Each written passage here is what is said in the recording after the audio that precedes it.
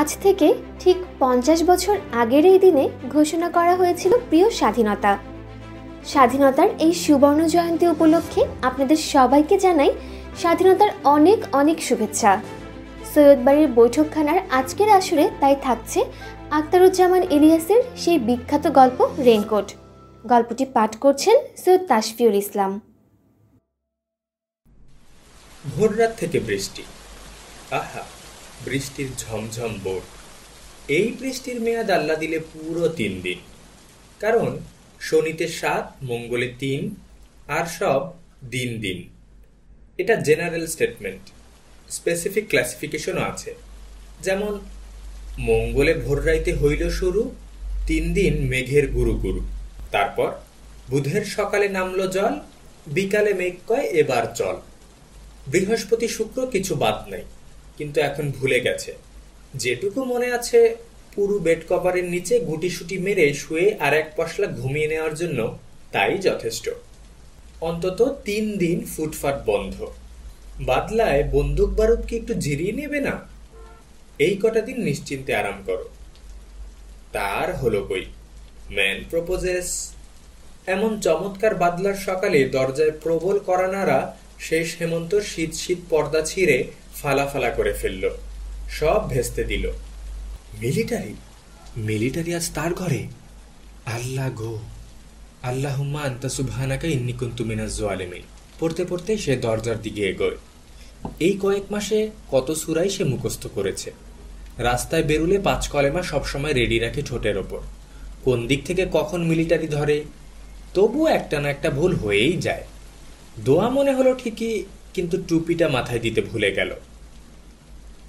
2টো ছিটকিনি, একটা খিল এবং কাঠের ডাঁশা খুলে দরজার কপাট ফাঁক করতেই বাতাস আর বৃষ্টির ঝাপটার সঙ্গে ঘরে ঢোকে প্রিন্সিপালের পিয়ন। আলহামদুলিল্লাহ, মিলিটারি নয়। পিয়নকে জড়িয়ে ধরে চুমু খেতে ইচ্ছে করছে, কিন্তু লোকটার চিনচিনে গলা গম্ভীর স্বরে হাঁকে। সারনে সালাম দিয়া বলেই ভাঙাচুরা গালের খোঁচা খোঁচা দাড়িতে লোকটা নিজের বাক্যর কোমল শ্বাসটুকু শুষে নেয় এবং হুকুম ছাড়ে, তলব কিয়া আভি জানে হোগা। কি ব্যাপার? বেশি কথা বলার সময় নাই। কলেজের দেওয়াল ঘেঁষে কারা বোমা ফাটিয়ে গেছে গত রাতে। মানে? मिस्क्रियन लोग इलेक्ट्रिक ट्रांसफार्मर तोड़ दिया और वापस जाने का टाइम प्रिंसिपल साहब का कोठी में ग्रेनेड फेंका, गेट तोड़ गया। ভয়াবহ কাণ্ড। ইলেকট্রিক ট্রান্সফরমার তো কলেজের সামনের দেওয়াল ঘেঁষে, দেওয়ালের পর বাগান, টেনিস লন, তারপর কলেজ দালান, মস্ত দালান পার হয়ে ফুটবল ও ক্রিকেট খেলার মাঠ, মাঠ পেরিয়ে একটু বাঁ দিকে প্রিন্সিপালের কোয়ার্টার, এর সঙ্গে মিলিটারি ক্যাম্প। কলেজের জিমনেশিয়াম এখন মিলিটারি ক্যাম্প। প্রিন্সিপালের বাড়ির গেটে বোমা ফেলা মানে মিলিটারি ক্যাম্প অ্যাটাক করা। সামনের দেওয়ালে বোমা মেরে এতটা পথ ক্রস করে গেল কি করে, সে জানতে চাইল। ক্যাসে? প্রিন্সিপালের পিয়ন জানবে কি করে? ও আপ হি কহ সাকতা। মানে? সেই বা বলবে কি করে? পিয়ন কি তাকে মিসক্রিয়েন্টদের লোক ভাবে নাকি? তার মাথাটা আপনা আপনি নিচু হলে মুখ দিয়ে পানির মতো গড়িয়ে পড়ে। ইসহাক মিয়া, বৈঠিয়ে চাটা খাইয়ে, আমার এই 5-7 মিনিট লাগেগা। নেহি। নাস্তার আমন্ত্রণ ফিরিয়ে দিয়ে ইসহাক বলে, আব্দুস সত্তার মির্ধা কা ঘর জানে হোগা, আপ আভি আইয়ে, এক কর্নেল সাহাব পৌঁছ গিয়া, সব প্রফেসর কো ইত্তলা দিয়া, ফৌরন আইয়ে। কর্নেলের নেতৃত্বে মিলিটারির হাতে কলেজটা, এবং তাকেও ন্যস্ত করে ইসহাক বেরিয়ে যায়। রাস্তায় ঘর ঘর করতে থাকা বেবি ট্যাক্সির গর্জন তুলে সে রওনা হলো জিওগ্রাফির প্রফেসরের বাড়ির দিকে। ইসহাক নিজেই এখন মিলিটারির কর্নেল বললেও চলে। তবে ভোরবেলা কলেজের ভেতর কর্নেল খোঁজ চলে আসায় সে হয়তো ডেমোটেড হয়েছে লেফটেন্যান্ট কর্নেলে, আরও নিচেও নামাতে পারে, কিন্তু ক্যাপ্টেনের এদিকে তাকে ঠেলা মুশকিল। মিলিটারি প্রাদুর্ভাবের পর থেকে তাকে দেখে কলেজের সবাই তটস্থ। এপ্রিলের শুরু থেকে সে বাংলা বলা ছেড়েছে। কোনকালে দাদা না পর্দাদার ভাইরার মামুনা কে যেন দিল্লিওয়ালা কোন সাহেবের খাস খানসামা ছিল, সেই সুবাদে দিনরাত এখন উর্দু বলে। প্রিন্সিপাল গাট্টা গোট্টা বেঁটে খাটো মানুষ। নিজের চাপরাশির সঙ্গে নতুন জবাব লব্ধ করতে গিয়ে গলায় তার রক্ত উঠে যায়। ইসাক মিয়া, দেশতে বহুত মুসিবত হো রাহা হ্যায়, प्रोफेसर लोग आदमी को होशियार থাকতে বলিয়ে। गुजब बोलना माना कर दीजिए, अभी मिलिट्री साहब को मदद करने का এখন फर्ज काम है। জরুর। দেশলাইয়ের কাঠির মতো রোগা পটকা শরীরের ওপর ফিট করা ভিজে বারুদের মতো ছোট্ট মাথাটা নাড়িয়ে ইসহাক আরো 3 বার সম্মতি দেয়। জরুর জরুর জরুর। কয়েকদিন আগের ইসহাকের এই জরুর শব্দটি বৃষ্টিতে ভিজে আরো টাটকা হয়ে তার কানে বাজতে না বাজতেই শব্দটি কোথায় যেন ফেটে পড়ে দুম করে। এই বৃষ্টিতে কি ফের শুরু হলো নাকি? না না না না, এটা স্রেফ মেঘের গর্জন। বৃষ্টি বোধ হয় বাড়ছে। না, এখন বেরুতেই হয়, আল্লাহ ভরসা। যেতেই হবে। অসময়ের বৃষ্টিতে ভিজে তোমার হাঁপানির টানটা আবার বউয়ের এসব সোহাগের কথা শুনলে কি তার চলবে? বউ কি প্রিন্সিপালের ধমকের ভাগ নেবে? এর ওপর কলেজে কর্নেল এসেছে। কপালে আজ কি আছে আল্লাহই জানে। ফায়ারিং স্কোয়াডে যদি দাঁড় করিয়েই দেয়, তবে কর্নেল সাহেবের হাতে পায়ে ধরে ঠিক কপালে গুলি করবার হুকুম জারি করানো যায় না? প্রিন্সিপাল কি তার জন্য কর্নেলের কাছে এই তদবিরটুকু করবে না? পাকিস্তানের জন্য প্রিন্সিপাল দিনরাত দোয়া দরুদ পড়ছে। সময় নাই অসময় নাই আল্লাহর দরবারে কান্নাকাটি করে এবং সময় করে কলিগদের গালাগালিও করে। এপ্রিল মাসের মাঝামাঝি প্রিন্সিপাল মিলিটারির বড় কর্তাদের কাছে সবিনয়ে নিবেদন করেছিল, পাকিস্তান যদি বাঁচাতে হয় তো সব স্কুল কলেজ থেকে শহীদ মিনার হটাও। এসব আনঅথরাইজড কনস্ট্রাকশন হলো হিন্দুর শিবলিঙ্গের শামিল। এগুলো হলো পাকিস্তানের শরীরের কাঁটা। পাকিস্তানের পাক সাফ শরীরটাকে নীরব করতে হলে এসব কাঁটা ওপরাতে হবে। তা মিলিটারি ডক্টর আফাজ আহমদের পরামর্শ শুনেছে। গ্রামে গঞ্জে যেখানেই গেছে প্রথমেই কামান তাক করেছে শহীদ মিনারের দিকে। দেশে একটা কলেজে শহীদ মিনার আর অক্ষত নাই। তা প্রিন্সিপাল তাদের এত বড় একটা পরামর্শ দিল, আর সামান্য একটা লেকচারারকে গুলি করার সময় শরীরের আলতু ফালতু জায়গা বাদ দিয়ে কপালটা টার্গেট করার অনুরোধটা তার মানবে না? আবার প্রিন্সিপালকে সে এত সার্ভিস দিচ্ছে, তার কলিগের তওবা তওবা, সাবঅর্ডিনেটের জন্য এতটুকু করবে না? প্যান্টের ভেতর পা গলিয়ে দিতে দিতে সে শোনে রান্নাঘর থেকে বউ বলছে, তাড়াতাড়ি চলে এসো, বৃষ্টি শুরু হওয়ার আগে মিরপুর ব্রিজের দিক থেকে গুলির আওয়াজ আসছিল, কখন কি হয়। এসব কথা এখন বলার দরকারটা কি? রেডিও টেলিভিশনে হরদম বলছে সিচুয়েশন নরমাল, পরিস্থিতি স্বাভাবিক, দুশ্মনকে সম্পূর্ণ কবজা করা গেছে, মিসক্রিয়েন্টরা সব খতম, প্রেসিডেন্ট দেশে গণতন্ত্র ফিরিয়ে দিতে বদ্ধপরিকর। কিছুদিন বাদে বাদে তার ভাষণ শোনা যায়, Our ultimate aim remains the same, that is to hand over power to the elected representative of the people. সবই তো নরমাল হয়ে আসছে। বাঙালি, ইস্ট পাকিস্তানি গভর্নর মন্ত্রীরা ইস্ট পাকিস্তানি, সবই তো স্বাভাবিক। এখন বউ তার এসব বাজে কথা বলে কেন? ইস, আসমাকে নিয়ে আর পারা যায় না। পরশু রাতে বিছানায় ছটফট করতে করতে বলে কি, রাত্রে নাকি 2-4 বার গুলিগালাজের আওয়াজ না শুনলে ঘুম হয় না। এর জন্যই তার ঘরে কখন যে কি মুসিবত নেমে আসে আল্লাহই জানে। এই বৃষ্টিতে শুধু ছাতায় কুলাবে না গো। বউয়ের আরেক দফা সোহাগ শোনা গেল, তুমি বরং মিন্টুর রেইনকোটটা নিয়ে যাও। ইস, আবার মিন্টু। বউয়ের এই ভাইটার জন্যই তাকে এক্সট্রা তটস্থ হয়ে থাকতে হয়। বাড়ি থেকে, হ্যাঁ হ্যাঁ, তার মগবাজারের 2 কামরার ফ্ল্যাট থেকেই তো মিন্টু চলে গেল জুন মাসে, জুনের 23 তারিখে। জুলাইয়ের 1 তারিখে সে বাড়ি শিফট করলো। বলা যায় না, ওখানে যদি কেউ কিছু আঁচ করে থাকে। ও চলে যাবার 3 দিন পরেই পাশের ফ্ল্যাটের গোলগাল মুখের মহিলা তার বউকে জিজ্ঞেস করেছিল, ভাবি, আপনার ভাইকে দেখছি না। ব্যাস, এই শুনেই সে বাড়ি বদলাবার জন্য লেগে গেল হন্য হয়ে। মিলিটারি লাগার পর থেকে এই নিয়ে 4 বার বাড়ি পাল্টানো হলো। এখানে আসার পর নিচের তলার ভদ্রলোক একদিন বলছিল, আমার ভাইটাকে আর ঢাকায় রাখলাম না, যে গোলমাল, বাড়ি পাঠিয়ে দিলাম। শুনে বুকটা তার ঢিপ ঢিপ করছিল, এবার যদি তার শালার প্রসঙ্গ তোলে। নিরাপত্তার জন্য সে এখানে এসেছে। কলেজ থেকে দূরে, আত্মীয় স্বজন থেকেও দূরে, শহর থেকেও দূরেই বলা যায়।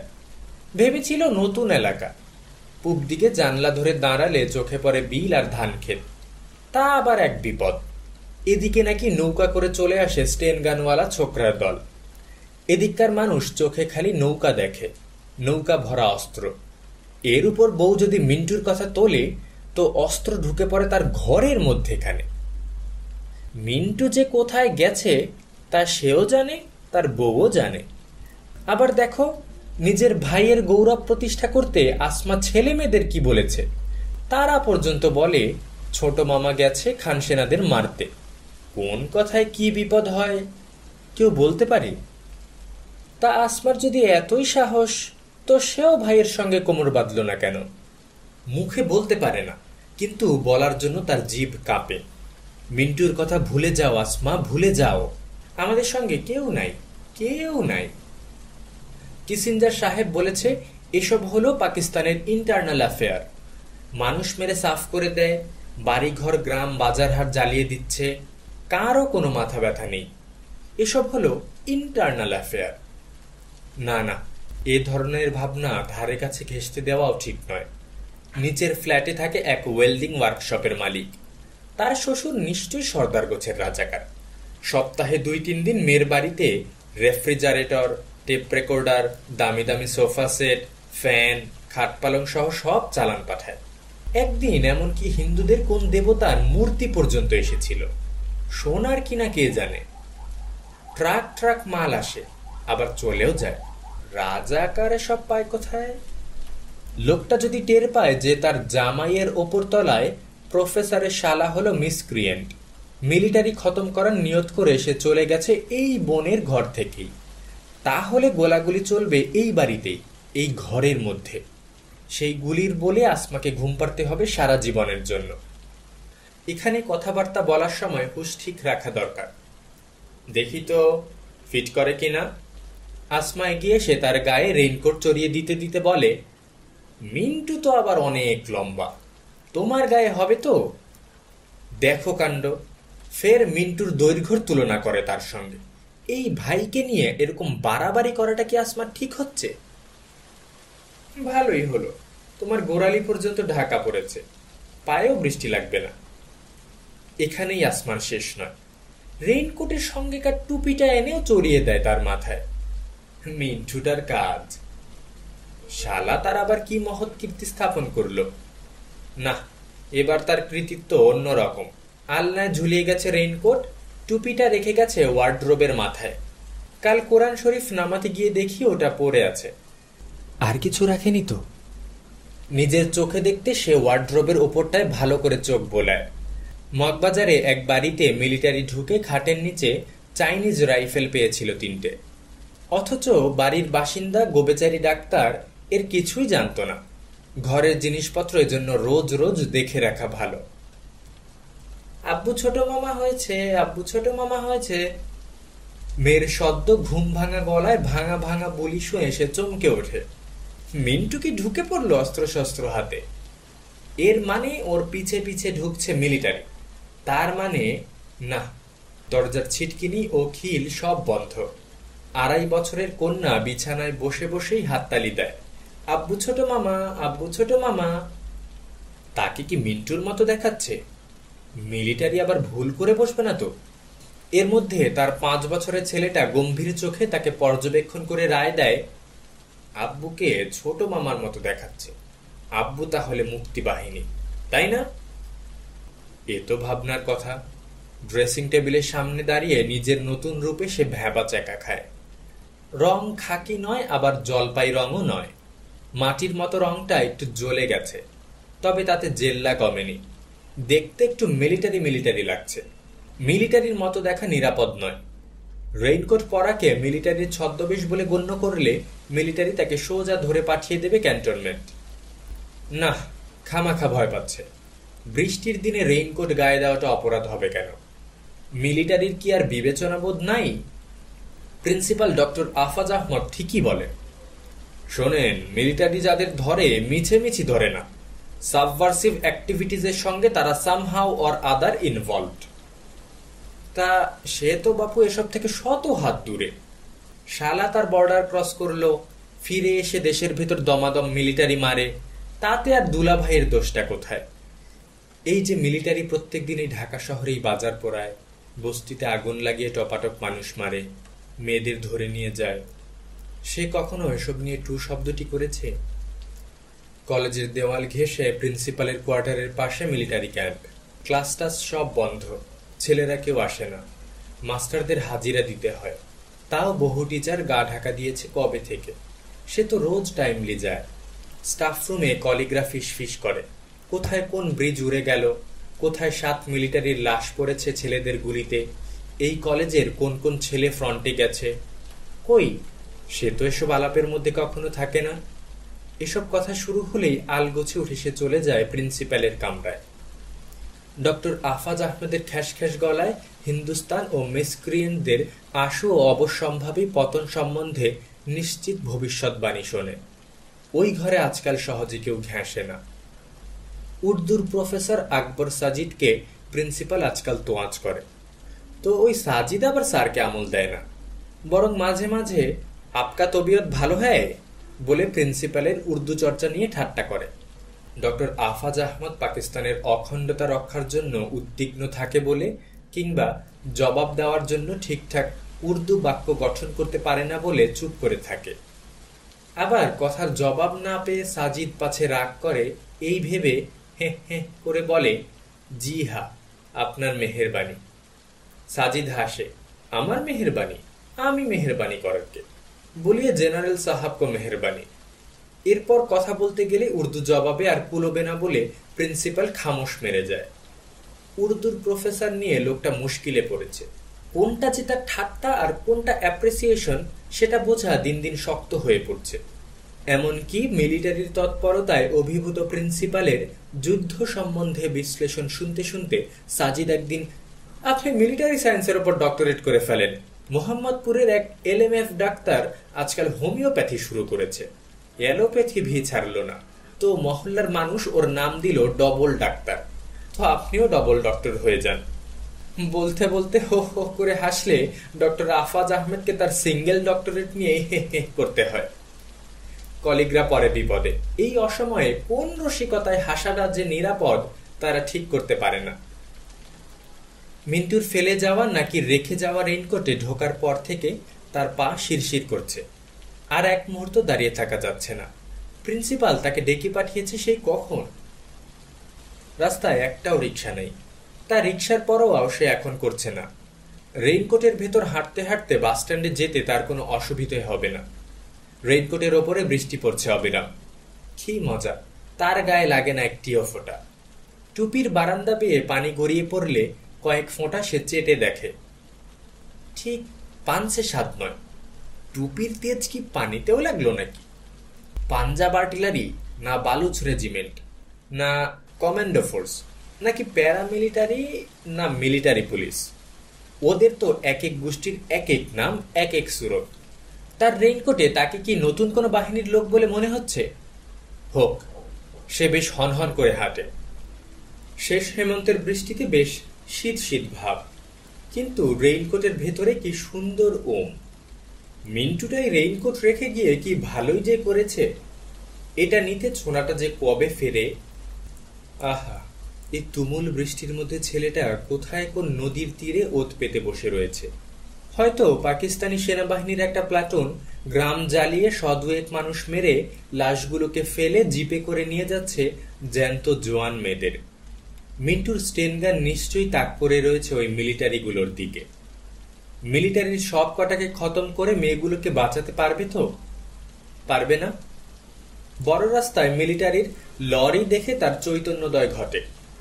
মিন্টুকে নিয়ে এতক্ষণের ভাবনা আড়াল করতে নিজের চোখ জোড়ায় পুরু করে ভক্তি মাখিয়ে সে তাকিয়ে থাকে লরিটার দিকে। না বাবা, ওদের সঙ্গে চোখাচোখি না হওয়াই ভালো। লরি চলে যায় উত্তরে, তাই তাকাতে হয় দক্ষিণের দিকে। কিন্তু লরির বৃষ্টি ভেজা আওয়াজ মুছে ফেলা কি এতই সোজা? মিরপুর ব্রিজ থেকে আসমা কাল রাতে গোলাগুলির আওয়াজ পেয়েছে, লরি কি ওদিকেই গেল? আরে কোথায় কি হয় আর আসমা নিত্য শোনে গুলির শব্দ। এসব স্রেফ গুজব। প্রিন্সিপাল বলে গুজব ছড়ানো আর গুজবে কান দেওয়া সমান অপরাধ। ওই যে পদ্য আছে, অন্যায় যে করে আর অন্যায় যে সহে। এটা হিন্দুর লেখা বলে কিংবা পরের কথাগুলো মনে নাই বলে প্রিন্সিপাল ওই পর্যন্ত বলেই থেমে যায়। বরং উর্দুতে বলে, সাজিদ সাহেব, গুজব সব গজব হোতা। সাজিদ সঙ্গে সঙ্গে ছন্দ লাগায়, गुजब जो था वही सब आज गजब हो चुका है। প্রিন্সিপাল ভক্তি গদগদ হয়ে ঘর ঘর গলায় বলে, ইকবালের নাকি? দাঁড়ান, লিখে নেই। আকবর সাজিদ বাধা দেয়, তাও বা ইকবালের কেন হবে? গুজব তো বাংলা কথা হলো, উর্দু মে ইসকো। প্রিন্সিপালের তর্স হয় না, এটাই ভালো, আপনি বলেন, আমি লিখে নেই। অনুপ্রাসটি রাখার খাতিরে সাজিদ গুজবের উর্দু প্রতিশব্দ ব্যবহার করে না। এর সঙ্গে সঙ্গে সে আবৃত্তি করে পরের লাইনটি, আর্মি কে আরমান পুরে হো চুকে হ্যায়। মানে হলো আর্মির ইচ্ছা ফুলফিল হয়েছে। বলতে বলতে সাজিদ আরো চরণ করে, হাত পা নেড়ে সে পুরো কবিতাটি আবৃত্তি করে। गुजब जो था वही सब आज गजब हो चुका है, आर्मी का अरमान पूरे हो चुके हैं, अल्लाह एक रसूल एक पाकिस्तान भी एक, इसे जिसको ईमान नहीं वो नालायक, कुचल तो उस गद्दार को जहां भी मिले, पाकिस्तानी फौज को भी पीछे ना हिले। স্টাফ রুমে এসে সাজিদ বলে, প্রিন্সিপাল যদি এটা কোনো মেজর কি কর্নেলকে শোনায় তো তার শাস্তি হবে। মিলিটারি বলবে, তুম মজাক কর রাহা। তার কলিগরা চুপ করে থাকে। সাজিদের সামনে এখন কেউ এসব নিয়ে কথা বলতে চায় না। এমনকি তার বন্ধু হিস্ট্রির আলী কবিরও একটু এড়িয়েই চলে। ওদিকে নিজের কামরায় বসে খাস পিয়ন ইসহাকের সামনে প্রিন্সিপাল বাংলা হরফে লেখা এই উর্দু পদ্যটি বারবার আবৃত্তি করে এবং কয়েকদিনের মধ্যে এটিকে স্বরচিত বলে ভাবতে শুরু করে। আবৃত্তি করার সময় সুখে ও ভক্তিতে তার চোখ জোড়া বুজে বুজে আসে। রেইনকোটে বৃষ্টির জল তরঙ্গ বাজে ওই কবিতার ছন্দে এবং হঠাৎ করে তার মনে হয় প্রিন্সিপাল হয়তো কর্নেলকে ওটাই আবৃত্তি করে শোনাচ্ছে। গুজবের উর্দু প্রতিশব্দ জানতে চেয়ে জবাব না পেয়ে কর্নেল যদি হঠাৎ করে চটে যায়।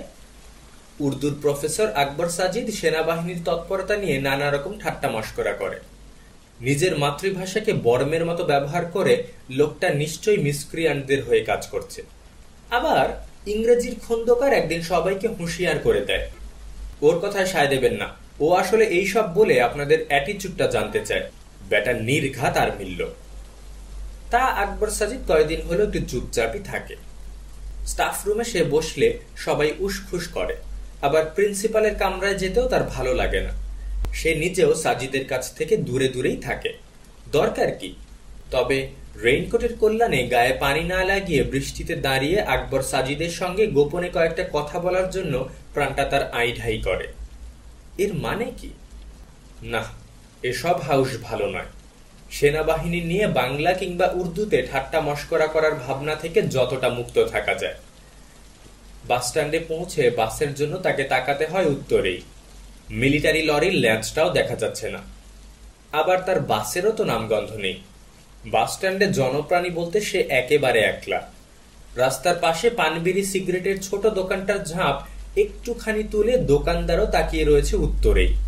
ওদিকে কি কোনো গোলমাল হলো নাকি? দোকানদার ছেলেটা একটু বাচাল টাইপের। বাসস্ট্যান্ডে তাকে দেখলেই ছোড়াটা বিড়বিড় করে, কাল শোনেন নাই, মিরপুরের বিল দিয়া 2 নৌকা বোঝাই করে আইছিল, একটা জিপ উড়াইয়া দিছে, কম পক্ষে 5টা খান সেনা খতম। বিবিসি কইছে রংপুরে দিনাজপুরের হাফের বেশি জায়গা স্বাধীন। কাল চরমপত্র শুনছেন? এর সামনে সে বেশিক্ষণ দাঁড়ায় না। এসব গুজব শোনার সময়ও সে যদি ধরা পড়ে তো? গুজব जो था वही सब आज গজব हो चुका है। প্রিন্সিপাল বলে, গুজবই হলো বাঙালির কাল। গুজবের আকর্ষণ ভারী তীব্র, গুজব মাত্রই সুস্বাদু। এই যে এখন বৃষ্টির আড়াল পেয়েও হতে পারে, কিংবা রেইনকোটের কল্যাণে বৃষ্টির হাত থেকে রেহাই পাবার স্বস্তির ফলেও হতে পারে। সে এগিয়ে গেল দোকানদারের দিকে। একটি গুজব শোনার হাউস করে সে জিজ্ঞেস করে, বাস আসেনি কতক্ষণ? আর বাস আসবে কই থাইকা বলে ছেলেটা তাড়াতাড়ি ঝাঁপ ফেলে মুখ গুজে দিল দোকানের ভেতরে। তার ভাবনা হয়, বাস ডিপোতে কোনো হামলা হয়েছে নাকি? আসমার শোনা ওই গোলাগুলির শব্দ কি আসছিল বাস ডিপো থেকে? মিলিটারি লরি কি তাহলে ওদিকেই গেল? বাস ডিপোর পেছনে একটা বস্তি আছে, সেখানে মিলিটারি কি আগুন দিতে গেল? জায়গাটা খুব একটা দূরে তো নয়, সে একবার ঘুরেও তো আসতে পারে। বৃষ্টিটাও ধরে এসেছে, যাবে নাকি একবার?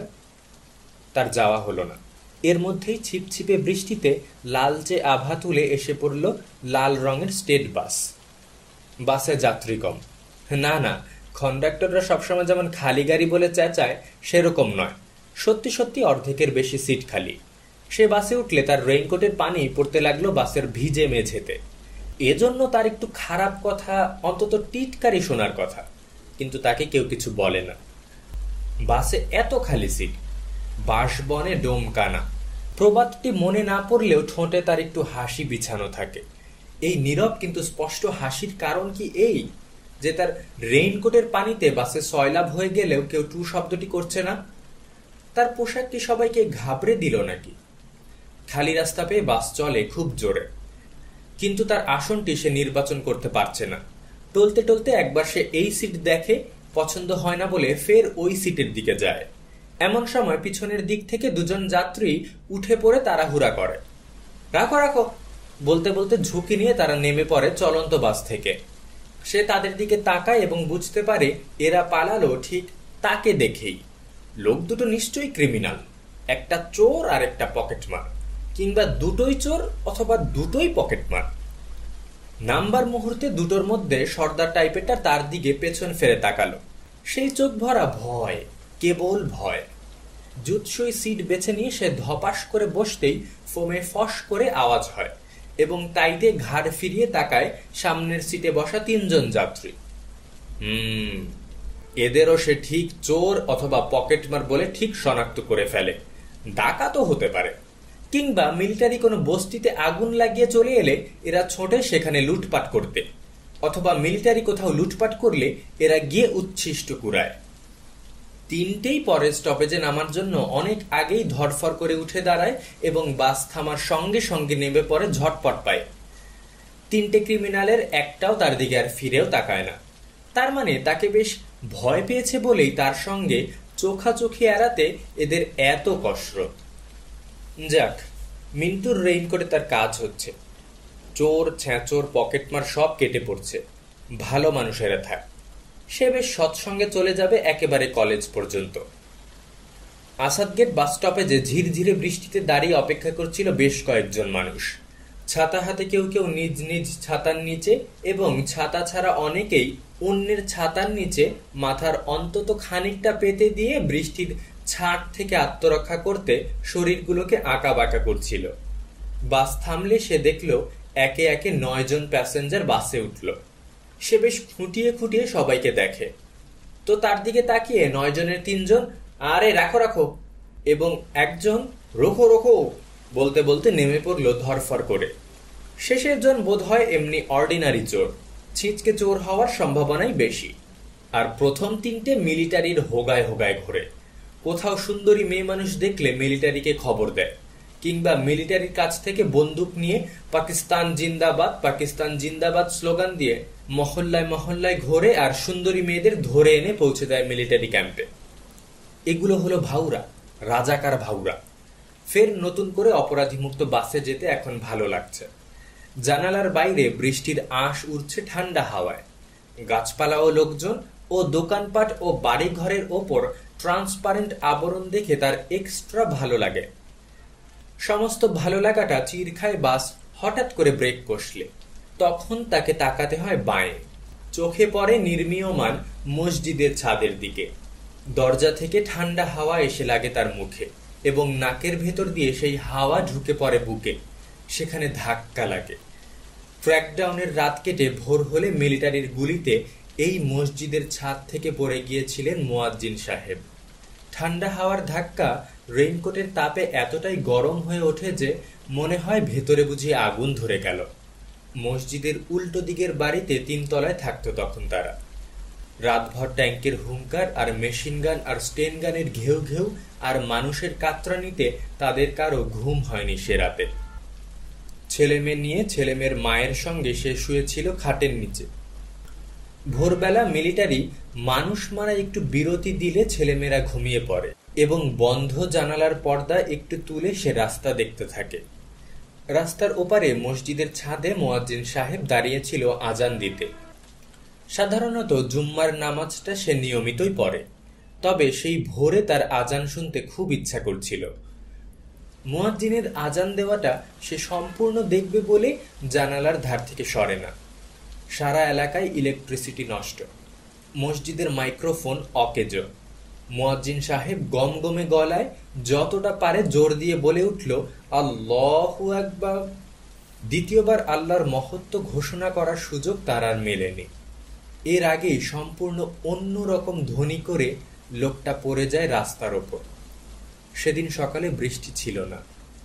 আজ বৃষ্টির সকালে মিলিটারি কি ওই দৃশ্যের পুনর্ঘটনের পায়তারা করছে? এখন তো কোনো নামাজের ওয়াক্ত নেই, তবে আজান দেওয়াবে কি করে? এরা বোধহয় যে কোনো সময়কেই নামাজের ওয়াক্ত ঘোষণা করে নতুন হুকুম জারি করেছে। মিলিটারি এখন যাবতীয় গাড়ি থামাচ্ছে, গাড়ির প্যাসেঞ্জারদের নামিয়ে দাঁড় করিয়ে দেয় রাস্তার ধারে। আরেক দল মিলিটারি স্টেন গান তাক করিয়ে রেখেছে ওই মানুষের শাড়ির ওপর। অন্য একটা দল ফের ওইসব লোকের জামা কাপড় ও শরীরের গোপন জায়গাগুলো তল্লাশি করে। মিলিটারি যাদের পছন্দ করছে তাদের ঠেলে দিচ্ছে পেছনে দাঁড়ানো একটা লরির দিকে। তাদের বাসটিতে এসে উঠল লম্বা ও খুব ফর্সা এক মিলিটারি। এখন বাসের ভেতর কোনো আওয়াজ নেই। যাত্রীদের বুকের ঢিপ ঢিপ শব্দ এই নীরবতার সুযোগে বাড়ে এবং এটাই তার মাথায় বাজে দ্রাম দ্রাম করে। বারান্দাওয়ালা টুপির নিচে শব্দের ঘষায় ঘষায় আগুন জ্বলে এবং তার হলকা বেরোয় তার চোখ দিয়ে। তবে একটু নড়ে বসলে মাথার ও বুকের ধ্বনি নিয়ন্ত্রণে আসে এবং এসবকে পরোয়া না করে সে সরাসরি তাকায় মিলিটারির মুখের দিকে। মিলিটারির চোখ ছুঁচলো হয়ে আসে এবং ছুঁচলো চোখের মনি কাঁটার মতো বিঁধে যায় তার মুখে। সেও তার চোখের ভোঁতা কিন্তু গরম চাউনিটাকে স্থির করে আলগোছে বিছিয়ে দেয় মিলিটারির খাড়া নাকে, ছুঁচলো চোখে, গোফের নিচে ও নাক, গোফ ও চোখের আশেপাশের ও নিচের লালচে চামড়ায়। এতে কাজ হলো, মিলিটারির চোখা চোখ সরে যায় তার মুখ থেকে, নেমে পড়ে তার রেইনকোটের ওপর। মনে হয় রেইনকোটের পানির ফোঁটাগুলো লোকটা গুনে গুনে দেখছে। ভেতরের তাপে এইসব পানির ফোঁটা কি একটু লালচে দেখছে? পানির দেশে মানুষ মারতে এসে পানির ফোঁটা দেখে মিলিটারির এত থ মেরে যাবার কি হলো? লোকটা কি এগুলোকে রক্তের চিহ্ন দেখে? রেইনকোটের বৃষ্টির ফোঁটা গোনাগুনতি সেরে মিলিটারি হঠাৎ বলে, আগে বাড়ো। বাস হঠাৎ স্টার্ট দিয়ে কয়েক পা লাফিয়ে আগে বাড়ে এবং যাত্রীদের স্বস্তির নিঃশ্বাসের ধাক্কায় অতিরিক্ত বেগে ছুটে পার হয়ে যায় ঢাকা কলেজের গেট। নিউ মার্কেটের সামনে এসে পড়লে সে উঠে দাঁড়ায় এবং হুকুম করে, রাখেন, নামবো। বাস একটু স্লো হলে তার রেইনকোটের জমানো পানি গড়িয়ে পড়তে দিয়ে অপরাধীমুক্ত বাস থেকে নামতে নামতে সহযাত্রীদের দিকে তাকিয়ে সে ঠোঁট বাঁকায়। এতে তার সামনের সারির দাঁতও কেলিয়ে পড়ে। যারা দেখেছে তারা তার সেই ভঙ্গিটিকে ঠিক হাসি বলে শনাক্ত করতে পেরেছিল বলে তার ধারণা হয়। প্রিন্সিপালের কামরায় প্রিন্সিপালের সিংহাসন মার্কা চেয়ারে বসে রয়েছে জাদ্রেল টাইপের এক মিলিটারি পান্ডা। তার ভারিক্কি মুখ থেকে অনুমান করা যায় পান্ডাটি কর্নেল কিংবা মেজর জেনারেল অথবা মেজর বা brigadier. Doctor Afaz Ahmed MSc PhD EPACS হওয়ার চেষ্টা করতে করতে বলে, he is professor Nurul Huda. কিন্তু doctor Afaz Ahmed MSc PhD নিজের ভুল সংশোধন না করে পারেন না। Sorry, he is not a professor, a lecturer in chemistry. Shut up. এবার প্রিন্সিপাল থামে। তাকে এবং আব্দুস সাত্তার মৃধাকে নিয়ে মিলিটারি জিপে তোলার আগে জাদ্রেল কর্নেল না ব্রিগেডিয়ার প্রিন্সিপালকে কড়া গলায় বলে, সেনাবাহিনীকে নিয়ে মজাক করা, শায়েরি করা খুব বড় অপরাধ। এবার তাকে ছেড়ে দেওয়া হলো, তবে কড়া ওয়াচে রাখা হবে। উর্দুর প্রফেসর আকবর সাজিদের দোহাই পেরে প্রিন্সিপালের সুবিধা হয় না। নুরুল উদ্বিগ্ন হয়। সাজিদ সাহেব যদি পালিয়ে না থাকে তো তার কপালে যে কি আছে তা জানে এক আল্লাহ আর জানে এই মিলিটারি। তাদের দুজনের চোখ বেঁধে দেওয়া হয়েছিল। জিপ চলছিল এঁকে বেঁকে। মস্ত উঁচু একটা ঘরে তাদের এনে ফেলা হলো। চোখ খুলে দিলে সে আব্দুস সাত্তার মৃধাকে দেখতে পায় না। জায়গাটাও একেবারেই অচেনা। একটা ডেক চেয়ারে সে কতক্ষণ বসে থাকলো তার কোনো হিসাব নেই। তার সামনে একটা চেয়ারে এসে বসলো এক মিলিটারি। তাকে ইংরেজিতে নানান প্রশ্ন করে, সে জবাব দেয়। লোকটা চলে গেলে তাকে অন্য ঘরে নিয়ে ফের অন্য আরেকটা লোক এসে তাকে প্রশ্ন করে এবং সে জবাব দেয়। প্রশ্নগুলো প্রায় একই রকম এবং তার উত্তরেরও হেরফের হয় না।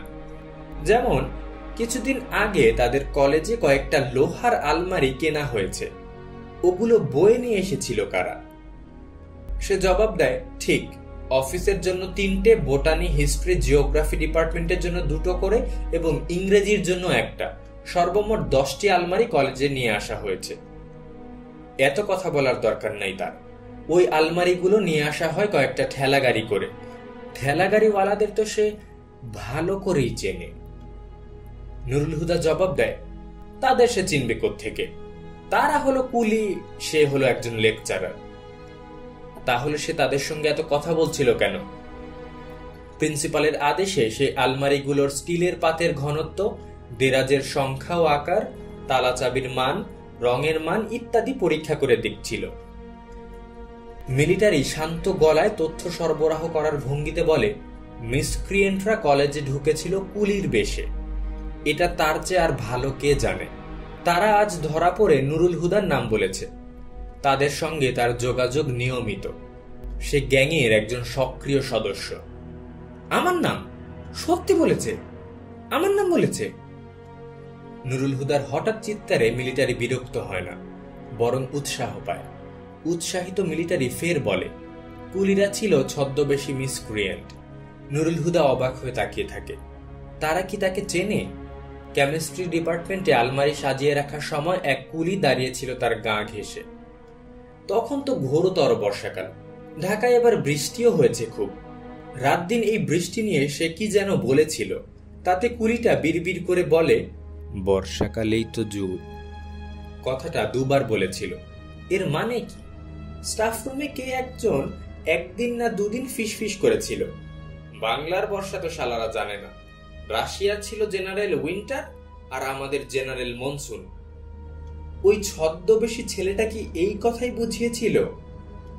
তার উপর তাদের এত আস্থা। উৎসাহে নুরুল হুদা এদিক ওদিক তাকায়। তার মৌন মিলিটারিকে আরেকটু নিশ্চিত করে। কিছুক্ষণ পর, কতক্ষণ পর সে বুঝতে পারে না, মিলিটারি তাকে ফের একই প্রশ্ন করে জবাব না পেয়ে প্রবল বেগে 2টো ঘুষি লাগায় তার মুখে। প্রথম ঘুষিতে সে কাত হয়, দ্বিতীয় ঘুষিতে পড়ে যায় মেঝেতে। মেঝে থেকে তুলে তাকে মিলিটারি ফের জিজ্ঞেস করে, ওদের আস্তানা কোথায় সে খবর তো তার ভালোভাবেই জানা আছে। সে জবাব দেয়, হ্যাঁ, ওই ঠিকানাটা বলে দিলেই তাকে সসম্মানে ছেড়ে দেওয়া হবে, এই নিশ্চয়তা দিয়ে তাকে পাউরুটি ও দুধ খাওয়ানো হয়। তাকে ভাবতে সময় দিয়ে মিলিটারি চলে যায়। কিছুক্ষণ পর, কতক্ষণ সে জানে না, মিলিটারি ফিরে এসে ফের বলে, মিসক্রিয়েন্টদের ঠিকানা তো তার জানা আছে। সে ফের জবাব দেয়, হ্যাঁ।